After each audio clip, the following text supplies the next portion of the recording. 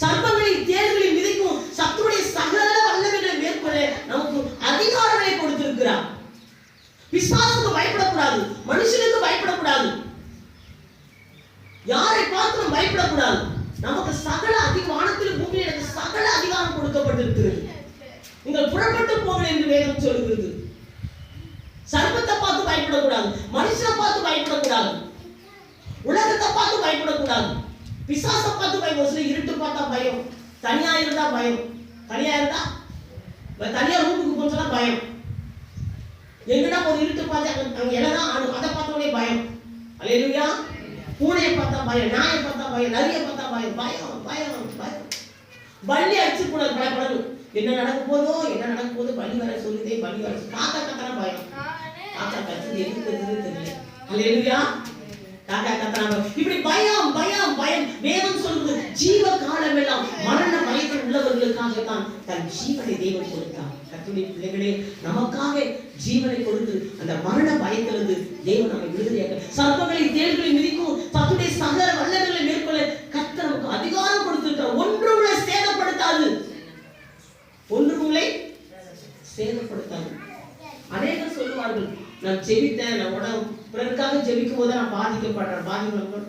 அப்படி யாருக்கு ஜெபிச்சா நமக்கு எதுவும் ஆகாது. அல்லேலூயா. எத்தனை பிசாசுகளுக்கு ஜெபமானாலும் யாருக்கும் நம்ம ஒன்று உங்களை சேதப்படுத்தாது, ஒன்று உங்களை.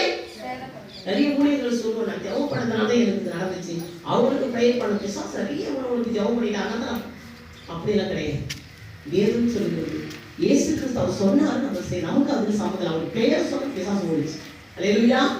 அவர் சொன்னதை நம்ம சொல்லணும். வல்லமை அவர் பெயர்ல போதும், உனக்கு அதுக்கு சம்மதமே கிடையாது.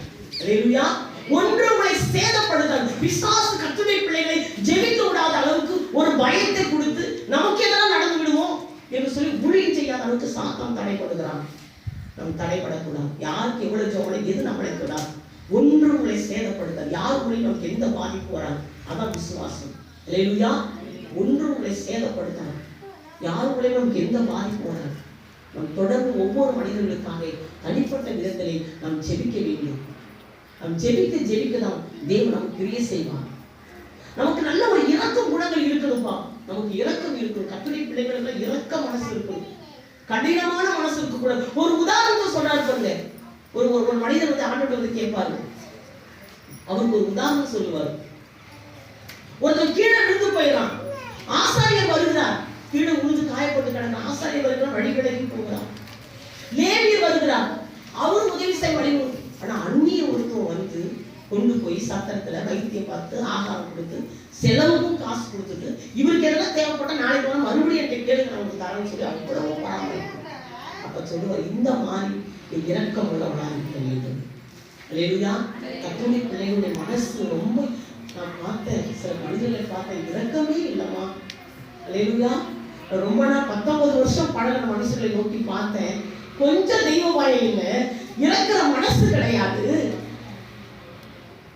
நல்லவங்களை பார்த்து கெட்டவங்க என்று சொல்லி, கெட்டவங்களை பார்த்து நல்லவர்கள் சொன்னா, துன்மார்க்கனை பார்த்து நீதிமான் என்று சொல்லி, நீதிமானை பார்த்து துன்மார்க்கன் என்று சொன்னா உங்களுக்கு ஐயோ கவனமா இருக்கும். நம்ம